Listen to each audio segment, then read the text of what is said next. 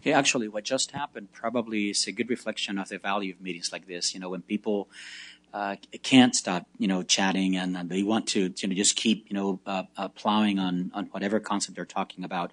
And I think that a lot of what happened at the meeting reflects that. There was a lot of sort of, backroom talk, a lot of people chasing speakers, to follow up on concepts, and even probably during dinner, after, closure of the meeting yesterday, probably lots of exchange as well. And I think in the end, any type of meeting like this, really, that's what it's meant to do. Bring people together, get them to think collectively on topics, and hopefully fire up, brains in ways that will lead to changes in ways of thinking, new collaborations, new interactions, and hopefully paradigms that will rock the boat, change status quo, and hopefully, move us forward.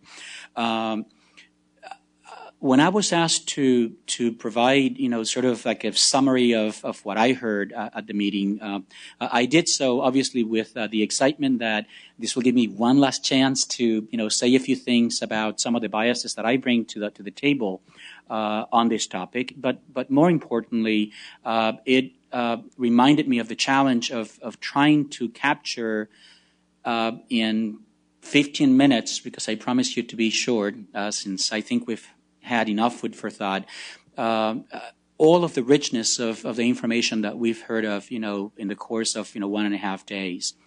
Needless to say, that's not doable, right? I'm not that good.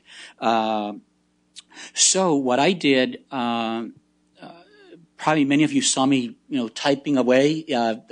You must have thought that I was assisting, the committee in trying to develop minutes, but I really wasn't. I was just trying to force myself to pay attention to everything that was said, so that when I went home last night after doing homework for my daughter, I could look at the notes and reflect, on the meeting, and then capture some highlights of what I thought would summarize the meeting. I would apologize up front in that probably I did not capture all that was important, but I tried to do my best. If anybody is interested in looking at the highlights, I certainly would be happy to share them with you, because I did so both globally as well as by individual talk. Because we want to get out of here, and because I don't want to lose you in the course of discussion, I will only limit my comments to the global summary that I made, and then hopefully leave you with enough excitement from that discussion, so that when you head home, you continue to plow on this, and hopefully provide follow-up to Mary Lee and to the committee, which I'm sure they would certainly welcome and appreciate. I think that the committee's foresight in setting up a meeting that focuses on genome plasticity must be commended. I think is very forward-thinking. I believe that this is the right time. I mean, the proof of point is the fact that ENCODE had just released, their set of papers, first set of, large set of papers of the ENCODE project. So I think that in itself highlights how timely this set of discussions is. One must remember, however, that this discussion is one that's really a continuum of discussions, and that hopefully at some point, Mary Lee, some attempt will be made to kind of do a more holistic, globalization of where is it that the Emerging Issues Committee is thinking that they're going to go. Genome plasticity is not new. This is not a new concept. I think this is something that, with different words, with different theorems, with different phrases, really has captured the imagination of researchers and clinicians for quite a long time. What I think has made a difference, and what makes the meeting so important at this time, is the fact that we have now progressed technologically, conceptually, and in terms of the databases that we have available to us, to a point when we basically need to reassess kind of where we are and do checkpoints and balances on all the information that we now have, so that we can engage hopefully in two exercises. One of these exercises, of course, is the one that I spoke of already, which is the fact that it will be intellectually stimulating. It will change the way that we design the next set of experiments, and that it will fire us up in ways that will continue to advance the field. And then secondly, and perhaps as important, is the idea that it will enable us to begin to identify where the gaps are, recognize those limitations that are holding us back, and then hopefully collectively come together as a community of scientists to try to begin to address and capture ways in which we can remedy those gaps. Clearly, it's doable. We've tackled bigger problems than this in the past, so I think it's something that we can begin to do in a way that gets us to move forward. One of the important lessons that I think came from the meeting is a challenge to the concept of the static nature of the genome. Right? This is something that's been up and coming for a long time.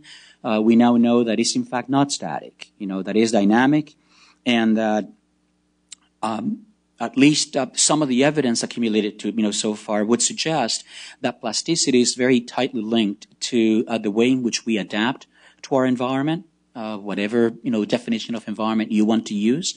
And I think during the course of the meeting we heard multiple definitions of that, so that environment impacts that genome, and that perhaps in the course of that adaptation that calls on the plasticity of the genome, errors are made that might account for some of the risks and susceptibilities to disease that we recognize.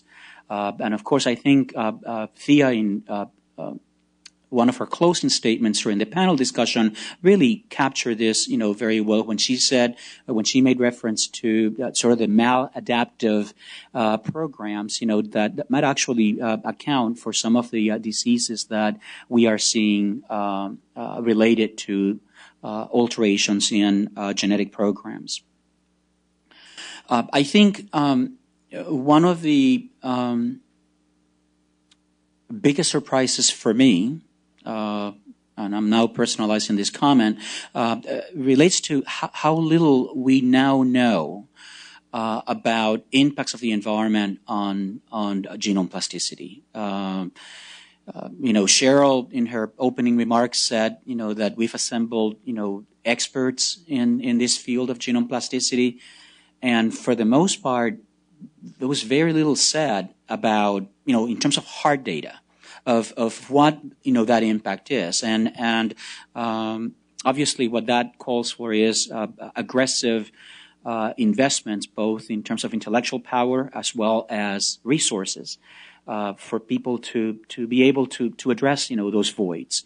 For those of you who do not work in the field of environmental health sciences per se, hopefully what this will do is inspire you to want to tackle questions which really are of huge relevance to the health of this nation. I'm as much of a lab rat as many of you. I love tweaking, genes. I love, playing with genes. But we must, I think we're all obliged to think about sort of the bigger picture. How is it that what we do impacts the health of our nation? And I think, hopefully, those of you who have not given thought to the idea of investing time and effort in thinking about these questions will be inspired to do so. And I think that one of the challenges that we're going to face will relate to how is it that we define environmental factors. And I think some guidance from the Institute probably would be wise. will help, I think, this community of scholars to move the field forward. The last thing that we want to see is that we allow too many degrees of freedom, I think, in terms of where we're going to start putting some of the focus in terms of environment, plasticity interactions, if you would. And I think some guidance coming in the form of an RFA, if that's what it is, or in the form of, call for proposals, or in the form of statements about, areas of interest and priority for the Institute, probably ought to pay some attention to that. Part of the problem that I think I sensed was that because the environment is so large, you could really be looking at apples and oranges, and that's something that we probably need to be cognizant of. I think plasticity does not exist in a vacuum, and we're going to have to call on the expertise of other people to be able to look into plasticity-like phenomena, to help us think through some of these problems. And I think the last set of discussions regarding areas of research need, led by Dan, was quite appropriate. I think that was the right way to close the meeting. In fact, probably if I would have, hindsight's 2020, if I would have made tweaking of the program, I probably would have expanded a little bit on the time that was allotted to do that, because I think a lot of rich discussion could have actually emerged from that. Of course, all that means is that we probably need to find a way to come together again as a group and maybe pick up, from where we left.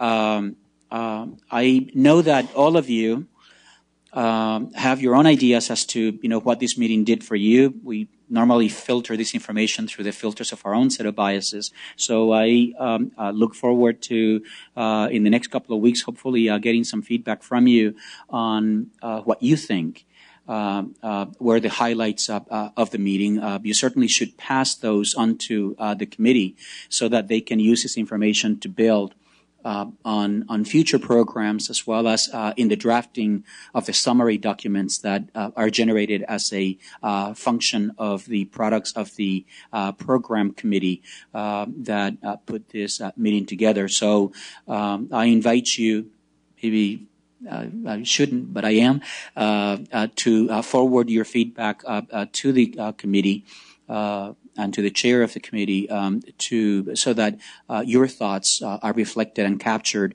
in that summary. For me personally, it was a great pleasure to meet new colleagues. I'm hoping that this will not be the last time that we encounter one another. And obviously always a pleasure to see friends that I hadn't seen in some time and with whom I like to always catch up. So hopefully the same holds for many of you.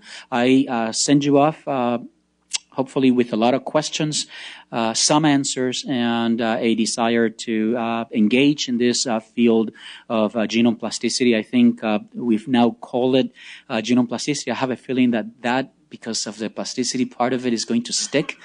It's going to be a term that probably will stick around, and that hopefully we can begin to use to think about some of the questions that we have been discussing in the last couple of days. Thank you so much for listening, and Marilee, turn it back to you.